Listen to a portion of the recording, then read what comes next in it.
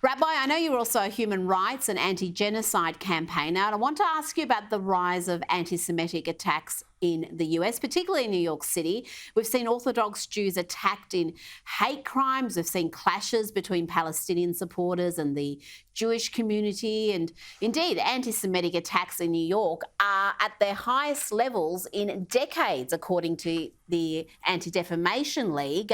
What is fueling this hatred? It's an age-old historical hatred, and yet America rarely ever experienced it, and that's what's so deeply shocking.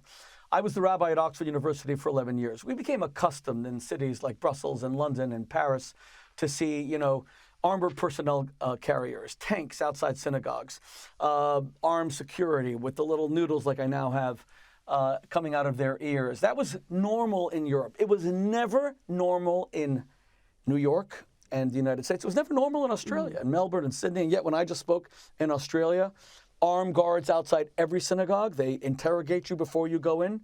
Here in New York, you would be amazed at the police cars that patrol the synagogues. And why wouldn't we be amazed? We had Jews murdered in New Jersey, just across the Hudson River from here.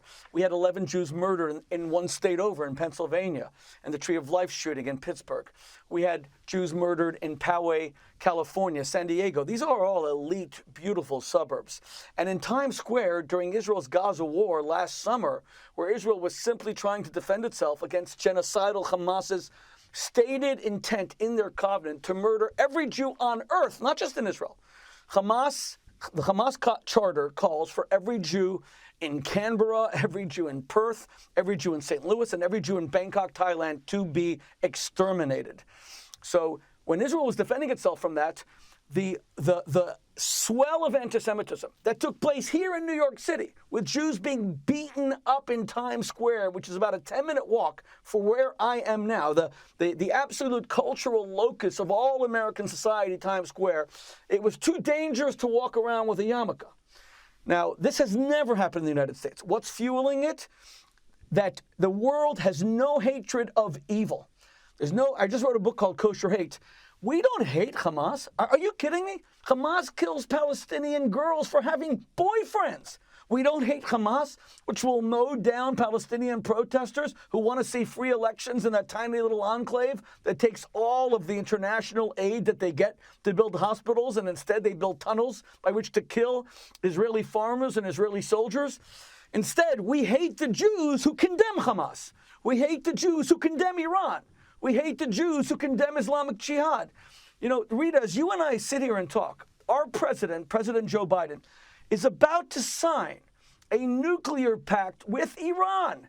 Iran just incited a guy from New Jersey, my home state, to go and stab Salman Rushdie in New York State.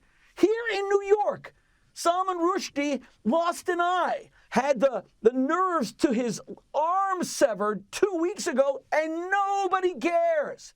I remember 30 years ago when Ayatollah Khomeini, that monster who destroyed Iran, and Iran had issues before the Savak, the secret police, serious human rights abuses, but not like today, where it's a barbarous, monstrous government, which is the foremost purveyor of terrorism throughout the world. I remember when he issued the fatwa back in 1989, seeing groups of my Muslim brothers and sisters marching past my house at Oxford University, calling for Rushdie to be killed. And I was amazed. And I went to so many of them. I said, you guys are part of an amazing world religion, Islam, that has brought so much godliness to the whole world. How could you be a part of this? And now we know, when Iran says they're going to kill you, they will wait 30 years to do it. They will incite people around the world to do it. So when Iran says we're going to kill all the world's Jews in Israel, we're going to exterminate them, annihilate them, Israel's a cancer, Israel's a scab, it has to be removed, take them seriously. And President Biden, you're going to give Iran $100 billion so they can kill Australians, so they can kill New Zealanders, so they can kill Americans, so they can kill Europeans. This is insanity. We're going to give the foremost terror government on earth $100 billion. Rita, that is an American abomination. We are on a unity ticket on that one, Rabbi Shmuley. So much more to talk about. I can't wait to have you back on the program. Thank you for joining me tonight. Thank you so much. God bless you, Rita.